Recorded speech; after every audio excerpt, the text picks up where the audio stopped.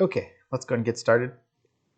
Today, we're going to continue our review of some things that we'd started last class, and this is based on the performance from the kind of pre-test that was taken on the first day by most of you. If you haven't taken that, I would still like you to take that. I think there's like one person who has not taken it, so if you are that person, go take it. You know who you are. All right, anyway, what we're going to do today is we're going to review kind of trigonometry and how you use that trigonometry to handle the movement of objects. All right, so movement basics. To move game objects around the screen in a way that's more natural than the simple left, right, up and down. In other words, we want something that will handle more than just those four cardinal directions. We need to be able to represent motion in any direction, meaning at any possible angle that we could consider, including backwards or down. It will include those four directions, but we also want to have like something like 1 degree or something like that, or maybe 10 degrees, negative 10 degrees, 90 degrees, whatever. We want to be able to store the direction and speed and then have it update that. So we need to use the direction and the speed to update the x and y coordinates of the object. So in other words, if we consider this ball, so here's a ball, and let's say it's at position 400, 300 on the screen. So in an 800 by 600 screen, that would be right in the center. And it's moving at a direction of 0, which would be directly to the side, at a speed of 5. That would be 5 pixels per whatever our loop speed is. And if we wanted, we could put this in pixels per second, calculate the amount of time it takes to move that. We'll worry about that later. Right now, let's just focus on moving in a direction at some speed. Now, if the direction is something other than 0 here, so maybe if this were going at that angle wouldn't be 0 anymore. That angle might be something like, I don't know, it's like 30 degrees, 35 maybe, whatever that angle there is. But the speed would still be 5. So whether it's moving 5 pixels directly to the side at a direction of 0 or 5 pixels up here at a direction of 35 degrees or whatever that is, then we need to update the x and y position so that the ball goes from here to the next position that it would be in at the next frame. So to do that, we need to be able to compute the displacements along each axis. In other words, we need to be able to compute how far is it from, does it move in x? How far does it move in y? And I'm calling those dx and dy, and you can think of those as displacements. So dx would be the displacement in x, dy would be the displacement in y. And looking at those two displacements, if you think about that, that makes a triangle. So we know the ball's moving at some angle, and that angle has some speed that it will be 5 pixels in this case ahead of where it was in the previous frame. But some of that is going to be along the x-axis, and some is going to be along the y. And how much of it is along x and how much is along y is going to depend on what angle we're at and obviously what speed we're moving. So we want to have a way to take the speed and the angle and then compute the dx and the dy.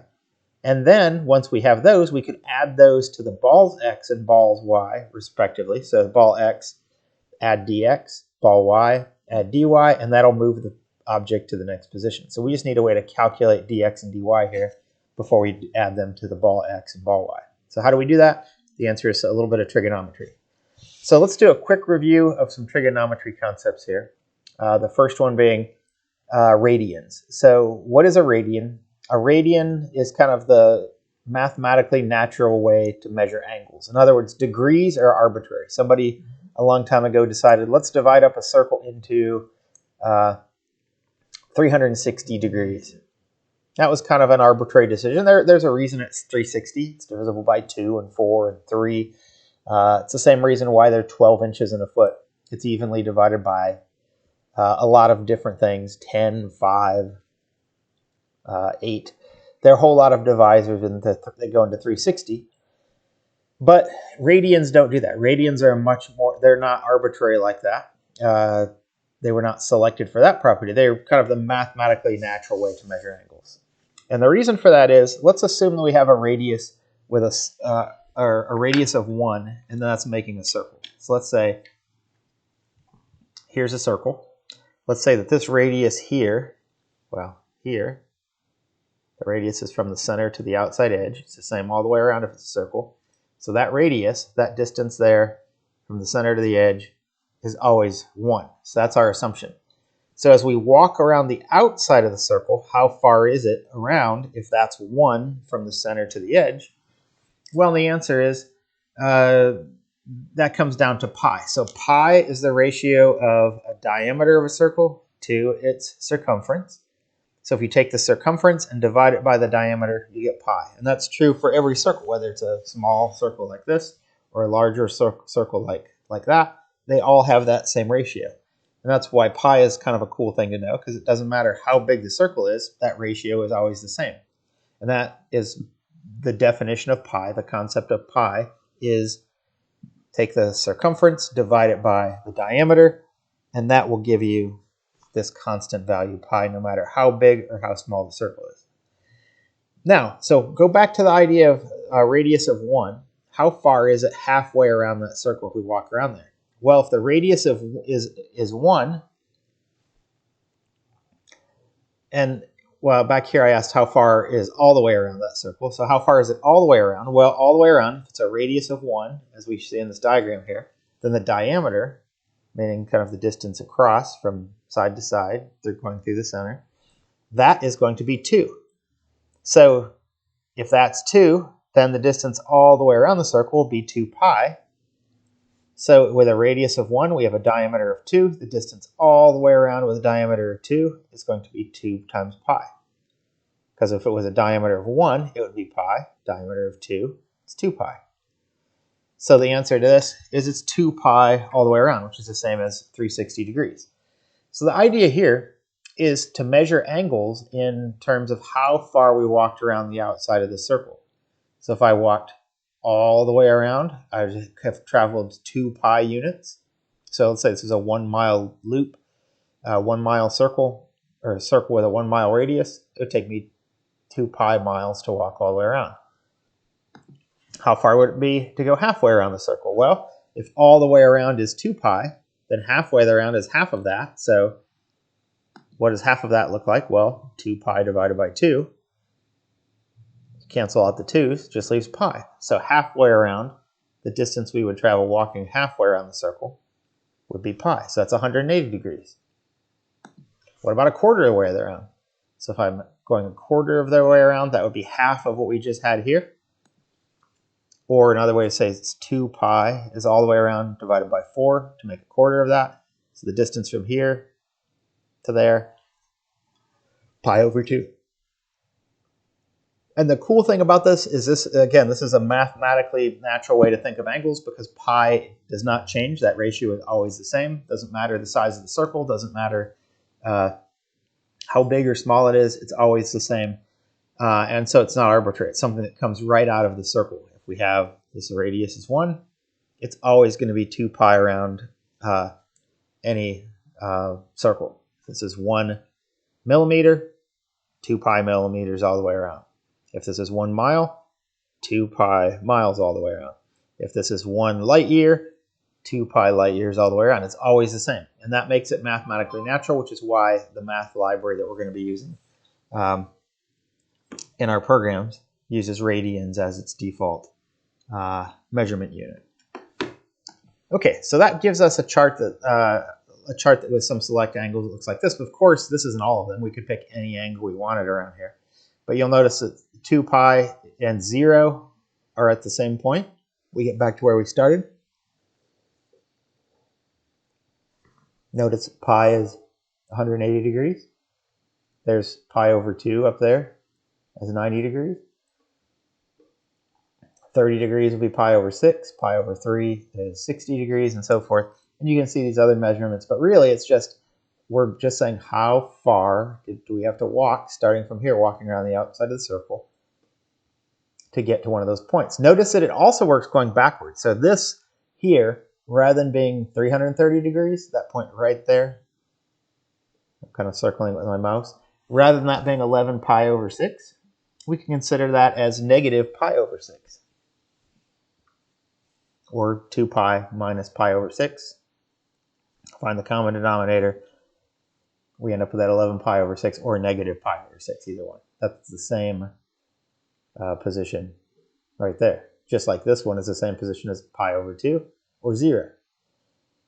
So angles give us this, or radians give us this way to measure angles in this mathematically natural way. Now, if you want to do a conversion, it's pretty easy. You don't even have to memorize anything. You can just say, well, I know that 1 degree is 180th of 180. We know that's pi. So pi divided by 180 is equal to 1 degree. So for every degree we have, it's pi over 180 radians. We can also solve that the other way and say for every radian, so just solve this formula for radians. So multiply both sides by 180. We get 180 degrees equal pi radians. And then divide both sides by pi. Cancel out on this side, leaving 1 radian equal 180 over pi degrees, or 57.2958 degrees. And so notice you don't have to memorize these things. Also, you don't have to memorize them when you're programming because the math library has a way to do that conversion built into it for us. Okay, so that's how radians work. That's why we're using radians. It's their math library uses radians, and that's the mathematically natural way to represent angles, which is why it uses them. But note that, note we can convert. If we want to think of things in degrees, we can do that. If we want to think of them in radians, we can fluidly go back and forth between them. They're really, it's the same angles. It's just one is mathematically natural, one is a little more human friendly. So for example, it's probably easier for you to think of like something like 180 degrees than it is for me to say pi degrees. But realistically, once you get used to it, it's really not that much different. It's really not a big distinction. Ooh. Okay, so back to our problem. Given the speed and the angle, how do we compute dx and dy? Well, that doesn't really have anything to do with radians right now, but it does make a triangle, which means we can use sine and cosine to find those. So let's review those really quickly. So again, think of us walking around that circle with a radius of 1. So here we are walking around that circle, just taking a stroll around the outside of it. And you might notice that as we walk around that circle at 0 degrees, if we think about the triangle that forms, we're right on the line. So the dx would be 1.0, would be exactly 1 unit over the whole radius over there. And a dy would be 0 because we're right on the line. We haven't actually gone above the line on y yet. But as we walk up here, when I get to pi over 2, up at 90 degrees, we have a dx of 0 and a dy of 1. And as I continue walking, notice the dy starts to drop and goes back to 0 again. But now the dx grew in the negative direction until we got to -1. So at pi, over here on the side of the circle, at -1, 0, we have a dx of -1 and a dy of 0. And as we keep walking to 3 pi over 2 or negative pi over 2, we have a dx of 0 and a dy of -1. And we keep walking, and then we're back to where we started. And if we walk around, that whole cycle will repeat itself over and over and over again. Lose in x, gain in y, start losing in y, losing in x, start gaining in x, losing in y, gaining in y, losing in x, till we're back to 0, or gaining in x till we're back to 0. Now, what sine and cosine do is they let us focus on those triangles for the dx and the dy of those triangles as we're walking around. We kind of chart those. So sine is the up and down distance, the vertical distance above or below this axis line. And cosine is how far to the left or right we are. And one of the ways that I think it's easy to remember that is sine is up and down. So if you think of the phrase sign up, you sign up for something. You don't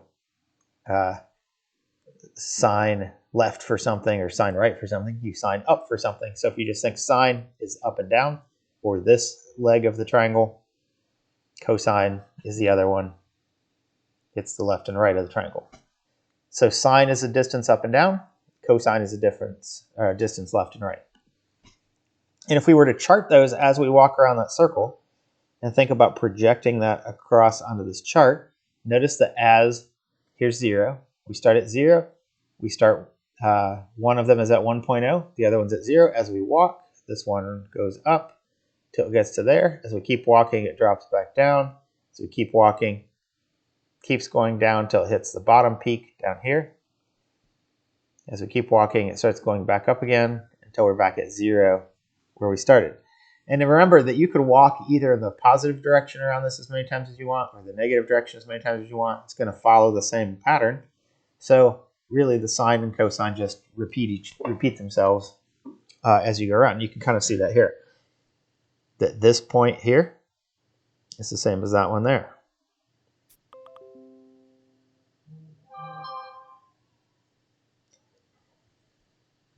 So that gives us a important thing, but really don't think about the shape of these so much as what sine and cosine are. Remember, sine is just giving us this up and down part of this triangle. Cosine is just giving us the left and right part of the triangle, and that is what we want for our problem. So let's go back to our problem here. So the problem that we had, here's the speed, there's the angle. We want to compute dx and dy. So dx is going to be for the up and down part, or for the left and right part, I mean, is for dx. That's going to use cosine. So cosine of the angle. But notice we have to multiply it by speed. And the reason for that is because going back to here, notice sine and cosine were designed to work on this unit circle with a radius of 1. But what if we have a triangle that has a hypotenuse that's larger than 1, or a radius larger than 1? Well, we just need to scale it up or scale it down. So if this instead of 1 was 2, we would have to, the triangle would be twice as big on the hypotenuse. But because of similar triangles, it would also be twice as big on the other dx and dy components as well. If it was 3, the hypotenuse of 3, it'd be 3 times as big. If this is half 0.5 here, it'd be half as big. So the idea is we just need to scale the triangle up and down using similar triangles to match the speed or the hypotenuse that we have here. So if that's 5, like we had in that original thing, we would multiply, take the sine of dy, or the sine of the angle, that would give us the dx, except with a unit of 1, we need to scale it up by 5, so multiply it by the speed each time. All right, so that gives us this formula. If we have the speed and the angle, we can compute dx and dy by taking the cosine of the angle and the sine of the angle and multiplying either one by speed, and then storing those into the respective thing. And remember, sine is up and down, cosine is left and right. So in Python, the way we're going to do this is we're going to use the math module. The math module has the functions for sine and cosine built into it. It's got other things in there as well, but those are the ones we're going to use right now. So math.sine, math.cosine, and then it also has some convenience functions to convert 2 radians or 2 degrees, which would let us represent things in degrees and then convert them to radians before we pass them on to sine and cosine. But keep in mind this angle here is always going to be in radians when we pass it to sine and cosine. Okay, so here's our solution for computing those displacements. Speed, given speed and angle, how do we compute dx and dy? Well, just like we did previously, dx is speed times the cosine of the angle, because cosine gives us left and right, which is dx. Multiply it by speed to scale the triangle up to whatever, or down to whatever size we need. And then dy, do the same thing, but use sine, because sine deals with the up and down, which is what dy is.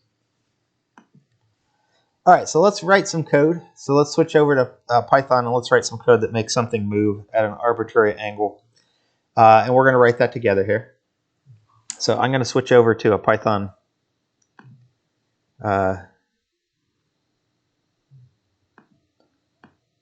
window, and I'm just using idle here.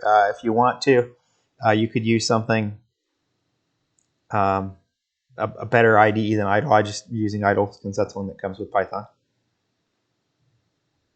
So let me turn that on. Let me move this so you can see it, and let's write this code.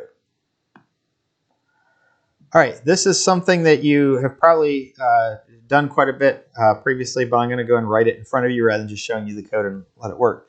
because I want you to kind of follow through. If you want to pause the video here and get set up and follow through with what I'm doing, feel free to do that. I'll give you a second to pause that if you want to follow along and write the same code. So I'll give you like 5 seconds or so to pause it and then resume, and then we'll get back at it.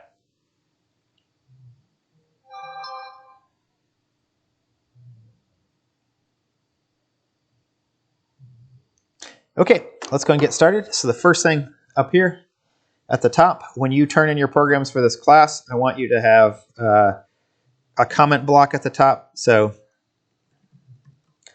maybe a description. And my description here is just going to be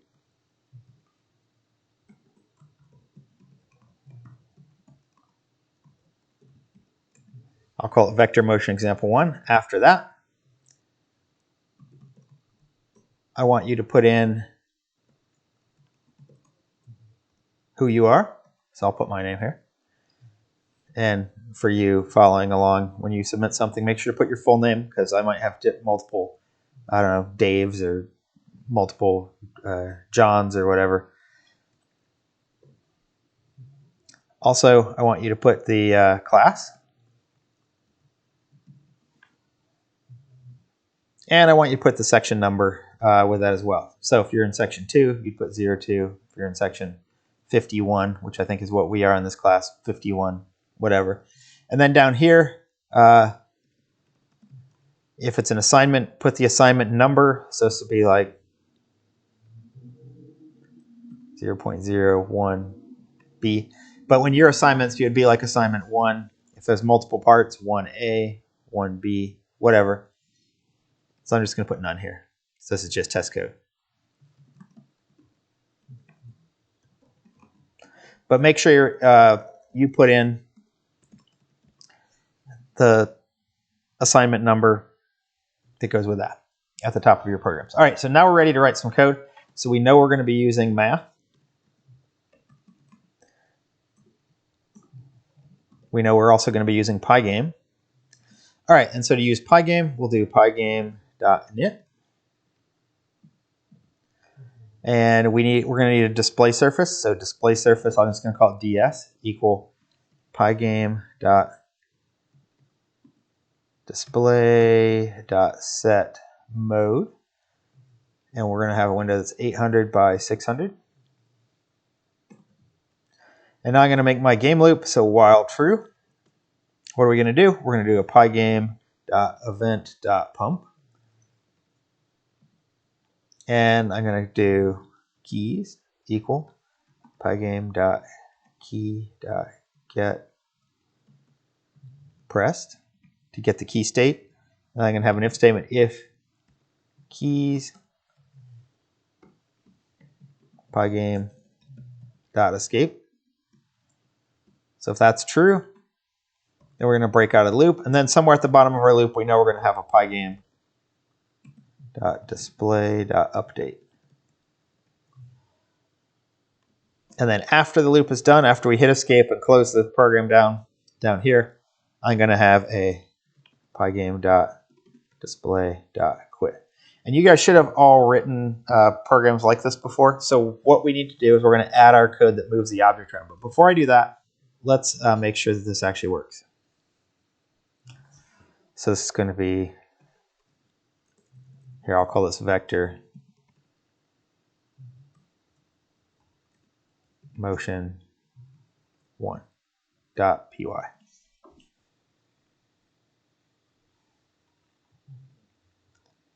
right, so there's our screen. Oh, I screwed up on the escape thing. Let me fix that. This needs to be k underscore.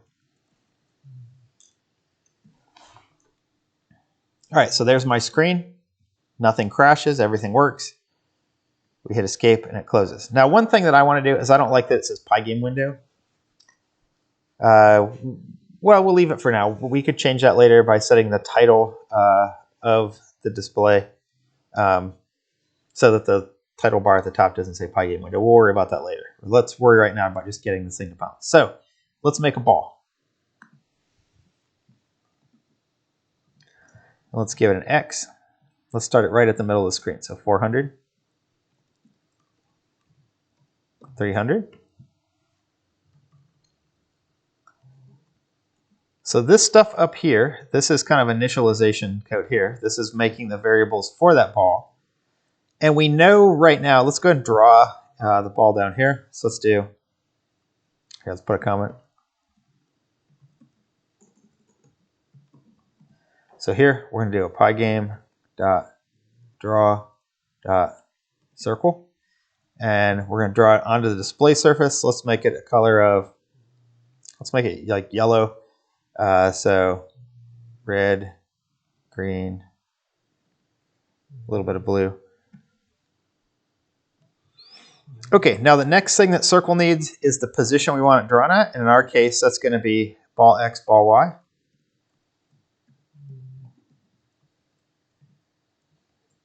Radius, let's make it 10. And filled in. All right, let's run that and see what we get. So there's the yellow ball. And since you're watching this maybe on a smaller screen, let me make the radius of that bigger, actually. Let me go and make this like 30. Okay, so there's the ball. Center of the screen. It's not moving right now. Let's make it move. So to make that move, we're going to do a couple things. First thing we're going to do is we're going to give it a size.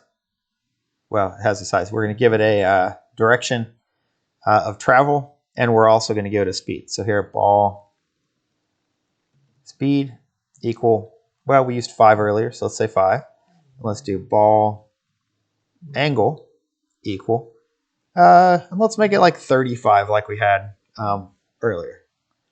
So down here, I'm going to make a comment that's move ball. So to move the ball, we need to compute, and we're not using object-oriented yet. We're going to review that next class. So right now I'm staying away from using any classes or making object instances right now. If I were writing this for real, I would make a ball class, make an instance of that, but we'll worry about that later. So here to move this ball, how do we move it? Well, remember we need to compute our dx and dy. So let's compute the dx first. So dx equal, now it's going to be ball speed times math dot. Now, in this case, this is dx, this is left and right. So do we want, in this case, to use sine or cosine? So sine was up and down, cosine is left and right, so this is going to be cosine. And then here, we want to give it the angle, but the angle we put in was in degrees, so we need to convert it to radians. So math.radians of ball angle. All right, so there's my dx. Now to compute dy, it's the same thing, but sine instead of cosine. And there's one other thing here that I'm going to do that really, remember the Cartesian coordinate system that we showed in the slides, y was positive in the up direction. But in Pygame with screen coordinates, y is positive in the downward direction. So if we want this to make more sense, where 90 degrees is straight up instead of straight down, then we're going to need to invert this. So we'll just say -1 times that to invert it. So now we have our dx and dy. We now just have to apply those to the ball. So here, ball x plus equal dx, ball y plus equal dy. So that's pretty cool. So now we're moving it. So now we're ready to draw it. So let's clear the screen first. So display surface dot fill 0, 0, 0. So that clears the screen.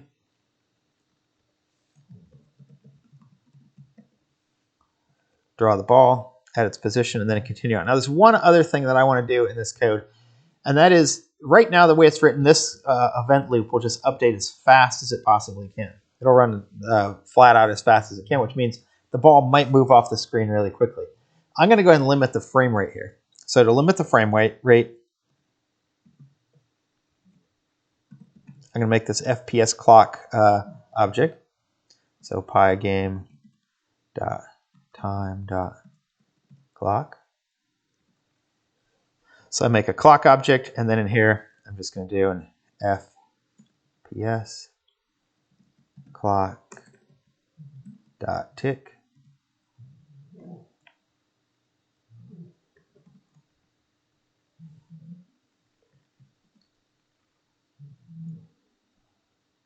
Oh, and this is something we have to do as well. This is something that's new in the more recent version of Pygame, that it doesn't like fractions to be in either of these two when you call a circle. And why they can't just do that internally, I don't know, but we're going to have to force those to be integers before we actually call it here.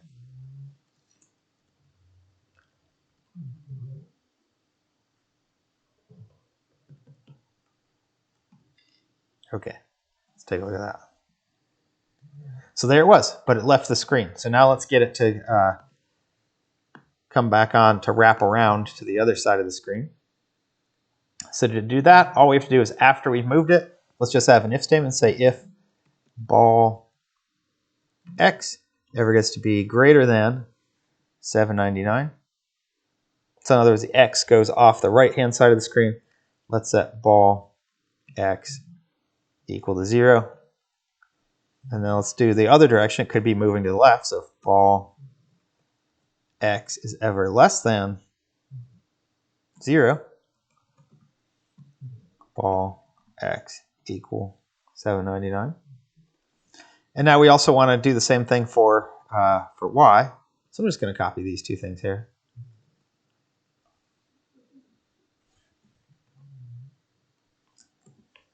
Except y is 599, ball y is 0, ball y ever gets less than 0, then set it equal to 599. Now let's run that and see what we get. So there it is, moving to the upper right direction. And notice that the speed is always, in this case, 5 pixels per frame with 120 frames per second. And so it will kind of just keep moving that way. Now let's add a little bit of code to change the angle of it. So I'm going to add keys for that. So I'm going to say if keys Pygame.k underscore. Let's use A and D. So A. So if they press A, I'm going to change my angle. So ball angle. Let's see, A. I'll do plus equal 1.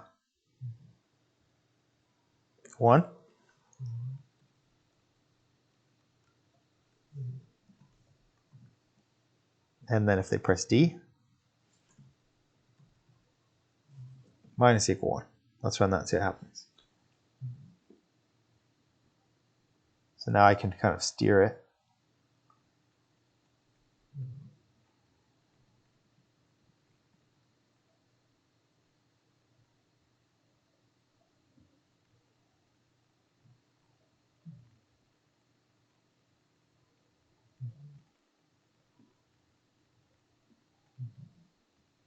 All right, so notice I can kind of drive this at different directions. Now, let's also be able to change the speed. So I'm going to add some other keys to change the speed. So if keys Pygame.k underscore. Now let me do S if we want that to slow it down. So here, ball speed. And what I'm going to do for the speed is rather than slow it down so it could go backwards, I'm going to cap it so it can never go negative. So I'm going to say ball speed minus equals 0.01. But I'm going to say if ball speed ever gets to be less than 0, then we'll set it equal to 0. So that way we can slow down to a stop, but we cannot go in reverse. Now let's do the same kind of thing but for speeding up. So to speed up, I'm going to use W. And I'll just invert this and say plus equals 0.1. And let's put a maximum cap on the speed it could go as well. So let's say if it ever gets to be greater than, let's put a maximum cap of 50. Then we'll set it equal to 50. All right, so let's see what happens. So there it is moving. I can change the angle still. I'm going to press S now. S will start slowing it down. And now I'm moving very slowly. I can still change the angle. By moving slowly, and I can speed back up again. And you might say, well, it's kind of taking too long to speed up and slow down, well, we can just change those numbers around. So I might agree that that's the case. So let's just make this go by 0.1 instead of 0.1. Let's see what that does. Slow down, speed up,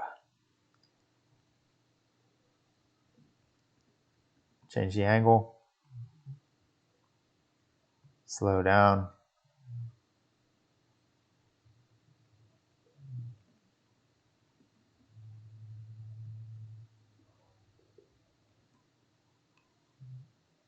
okay, so now we have this object moving at any speed and any direction. And that's going to be something that's going to be useful for us for moving a lot of things in the future. Notice we're storing the speed as an angle in degrees. We could store it in radians and save ourselves a little effort every 10th of the loop to make things faster. But you'll notice that we are getting that thing to move at any arbitrary speed in any arbitrary direction. The speed could be low, the speed could be high, the angle could be flat this way at 0, or it could be up like that at 90, or it could be down here at negative 90.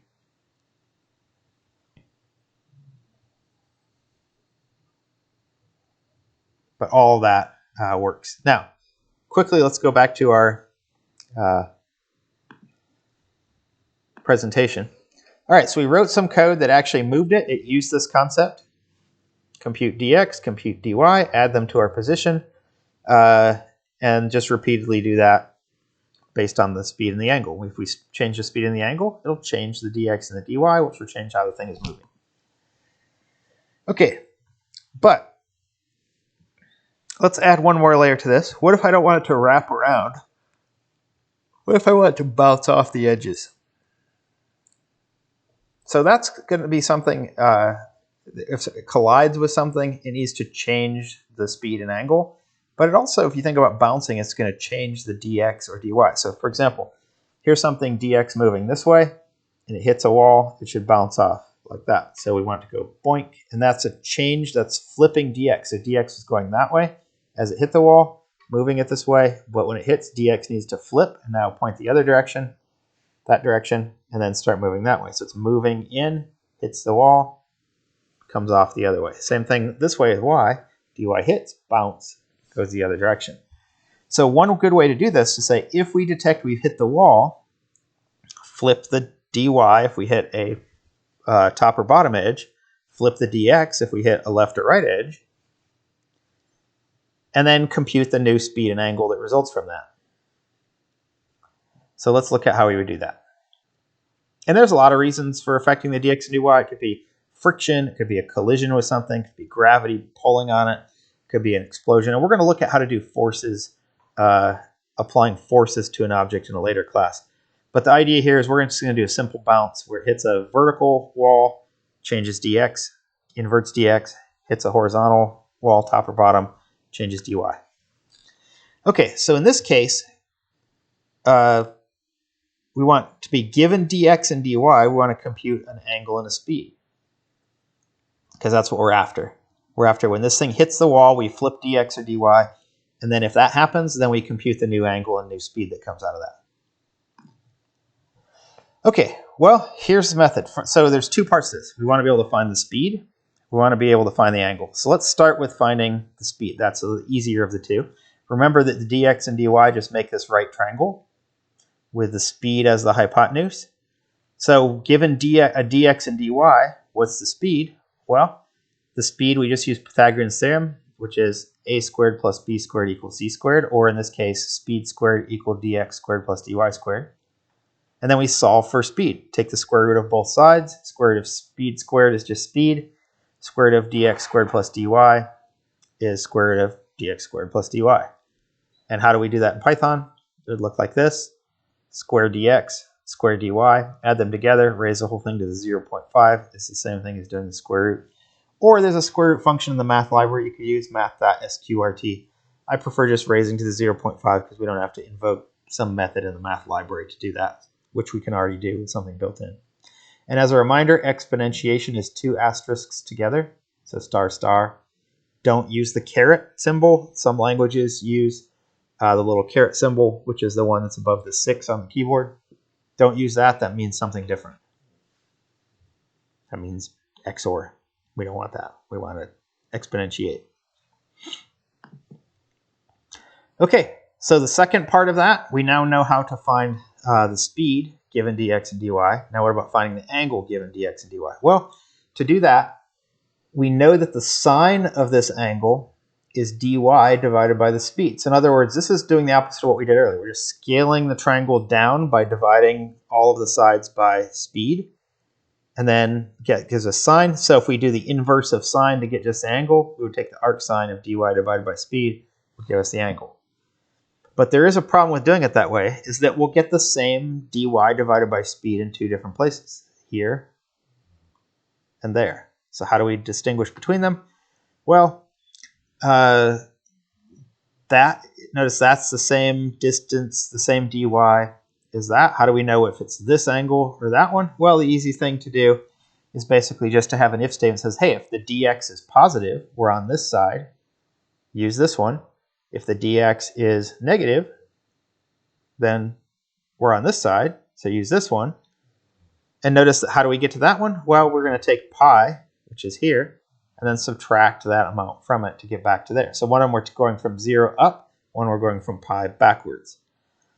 But there's an easier way to do that in Python and other programming languages as well. We can use the arctangent2 function, atan2, and the atan2 function does all that if statement for us. It does the inverse sine, the arc sine, and it has this if statement all built into it, so we don't have to write that ourselves. We can just use the one that's built in. And the way we do that is you basically pass in the dy and the dx, and it will return to us the angle. Remember, the angle it's going to give us, though, is going to be in radians. So if we want to store it in degrees, we've got to convert it back to degrees again. So the Python math module has arctangent2, and it has a dot degrees to convert it back to degrees. So we have everything we need right there. Okay, so here's what we need to do. Given dx and dy, compute the angle and the speed. So the speed is just Pythagorean's theorem. The angle is just math.atan2, dy divided by dx, or dy comma dx. Now, a couple reminders. The math module uses radians, so we probably want to convert this to whatever this outputs to radians by putting a math.radians function call around it. And also remember the y-axis is inverted in Pygame, so when we pass in this dy here, we probably have to put a negative dy there because we inverted it for the screen coordinates. We now need to invert it to go back the other way. All right, so here's a summary of those two things, and then we're going to go back to the code and make the ball bounce off of the walls. But the summary is, if I have an angle and a speed, I can compute dx and dy this way, just like we did earlier. But if I have a dx and dy, even if they've been changed by some code to make it bounce, for example, or slow down or whatever, we can go back and get what speed and what angle those are. And we do that this way. Pythagorean theorem for that, math.arctangent2 function for this one. And there I have noticed put the negative sign in to account for the inversion we did here. And also notice I'm converting it back to degrees to store that. All right, so let's go back and write some code. We're going to make a ball that bounces off the walls. And essentially the way that that's going to work is when the ball hits a vertical wall, meaning the side, one of the two sides, we just invert its dx. If the ball hits a horizontal wall, meaning the top or the bottom, we invert the dy. And then after we invert the dx and or dy, we can compute the resulting speed and angle using that newly inverted dx and dy and using these things that we came up with here. All right, so let's go back to our code and make that thing bounce. All right, so here, this code here is where we were making it wrap around. Well, we're going to change it and make it bounce now. So to make this bounce, what I'm going to do is I'm just going to say dx times equal -1. So that's inverting dx. And I'm going to do that whether it does that or it hits the left wall. I'm just inverting dx. And if I hit the top or the bottom, I'm going to invert dy.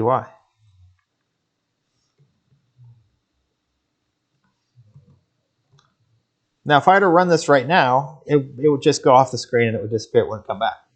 But what we want to do here is we want to get it, so rather than bouncing off the wall or changing the dx and dy and just leaving, because the next time through the loop, oh, you can't see what I'm doing. Hold on.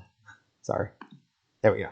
So what I did is I just changed the things inside these if statements to take out the ball underscore x equals 0. I just changed that and put dx times equal -1 to invert it. And then I did the same thing for dy in these two. That's all I've changed so far. But the thing I've got to do is now I have to convert those back into the correct speed and angle. So I'm going to do that. So ball speed equal math dot, and actually for the speed we're just using Pythagorean theorem, so we don't need to, we won't use the square root, we'll just use it by raising to the 0.5. So square root of dx squared plus dy squared. So that will give me the speed. And then the angle, we said that was math dot arctangent 2.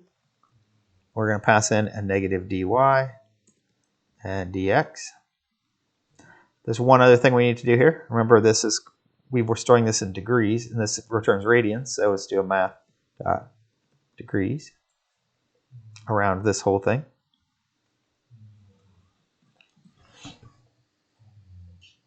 And let's see what happens.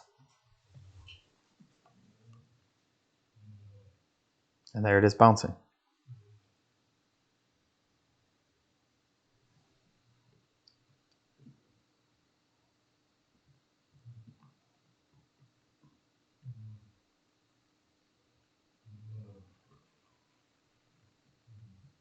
You can see I can still change the angle.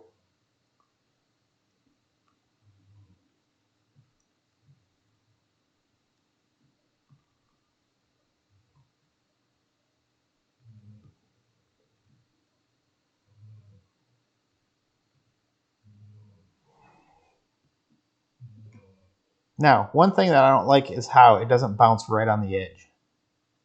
It's bouncing on, it's like the center of the ball is bouncing off the walls. So it's partially going off. I don't want it to do that. I want it to bounce right against the edge.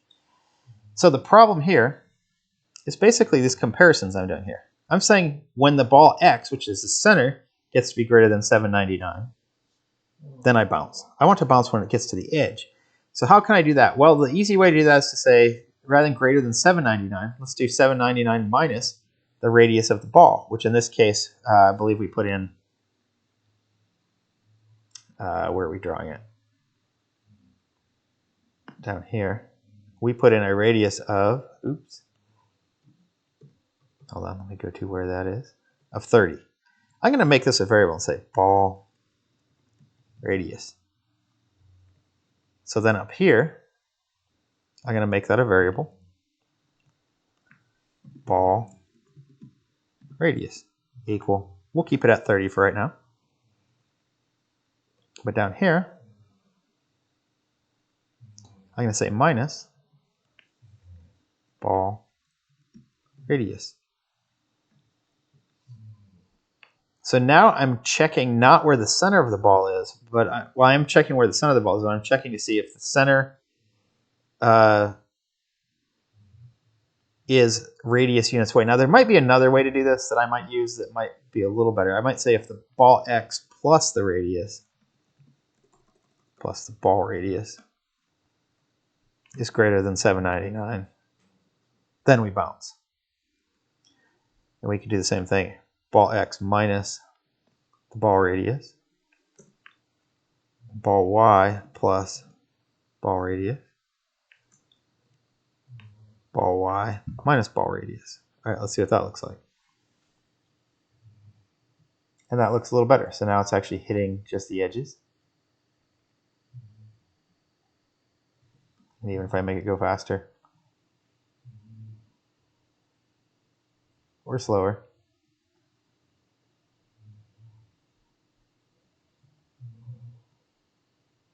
I can still change the direction.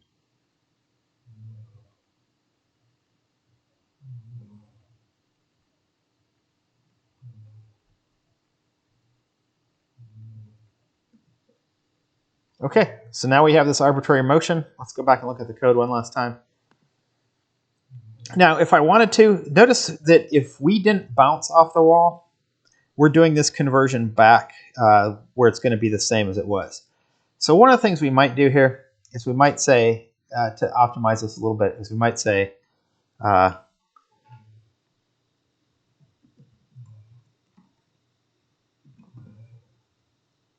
make a variable and say ball collision, or maybe ball collided equal false.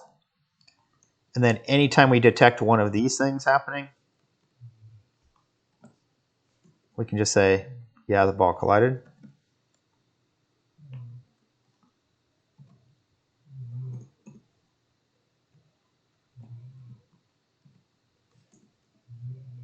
Oh, this should be true.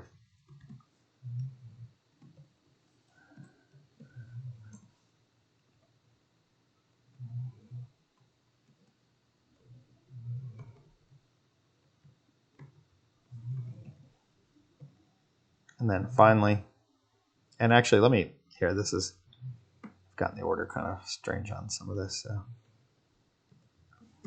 there we go. And now we only really need to do these two things, is if ball collided is true, then recompute the speed and the angle. And that can save us doing a little bit of arithmetic, save a few operations, optimize a little more, because now we're only recalculating those when it actually does collide.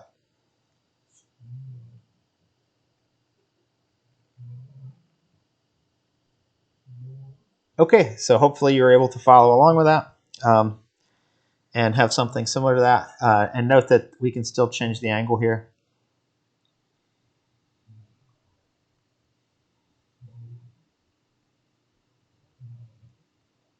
And let me do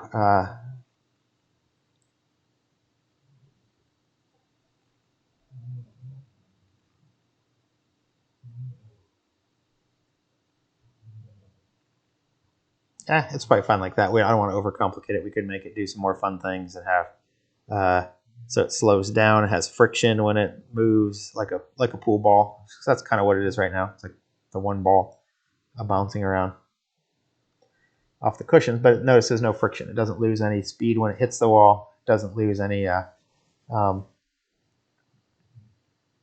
speed as it rolls. But we could add that. And this is the kind of thing you should be getting familiar with in the 1803 class as well. But we're going to use this for what we're going to do next in this class. So I wanted to cover enough of that trig. If some of it was confusing, go back and watch it again. But really what it boils down to is essentially being able to take a speed and an angle and produce the displacement in x and displacement in y. And then being able to take the displacement in x and displacement in y and be able to compute backwards the other way and get a speed and an angle from those if those changed for some reason. And that's really a lot of how physics simulation is going to work. There are some advantages that we'll see later on to optimizing it so that you're just storing the dx and dy. That's all we're storing, rather than right now we're storing the the motion vector. Right now we're storing an angle and a speed, which is another representation of that vector. But really, notice that since we can fluidly convert from one to the other, they're really the same thing. Let's go back to the presentation for just a second here. So notice in our presentation here, again, we can take dx and dy and get those, or take angle and speed and get dx and dy, or we can take dx and dy and get angle and speed. It's really just two ways of representing the same thing. One is the speed and angle of travel. The other is the motion vector components of the triangle. But really, we're just saying, do we have the angle and the hypotenuse, or do we have the two legs? And we can, depending on what we need to do in our game, we can fluidly use either one, as we did here, to make the thing bounce and make the thing move. And so we made the thing bounce off the walls. We did that. That all worked. And so that's all for today. Next class, we're going to look at object-oriented programming, making classes, making instances of those classes, and then you're going to have a little lab to do there. So far we reviewed kind of lists and dictionaries. Today we did trigonometry. Next class we're going to do object-oriented programming and making classes, and then making instances from those classes, and we're going to combine these three things. So rather than one ball bouncing around, we'll have 100 of them or 1,000 of them. So that's what we're going to do next class. Until then, stay safe, wash your hands, wear a mask if you're out and about. And if you have any, as always, if you have any questions or problems, send me an email, send me a text message, give me a phone call. I'm here to help. Don't be afraid of me. I promise I'm not mean. And I want you guys to learn this stuff because we're going to be able to do some really cool stuff and have some cool projects come out of this by the end of the semester. But you guys need to stay on top of things. All right, that's all for today. See you next time.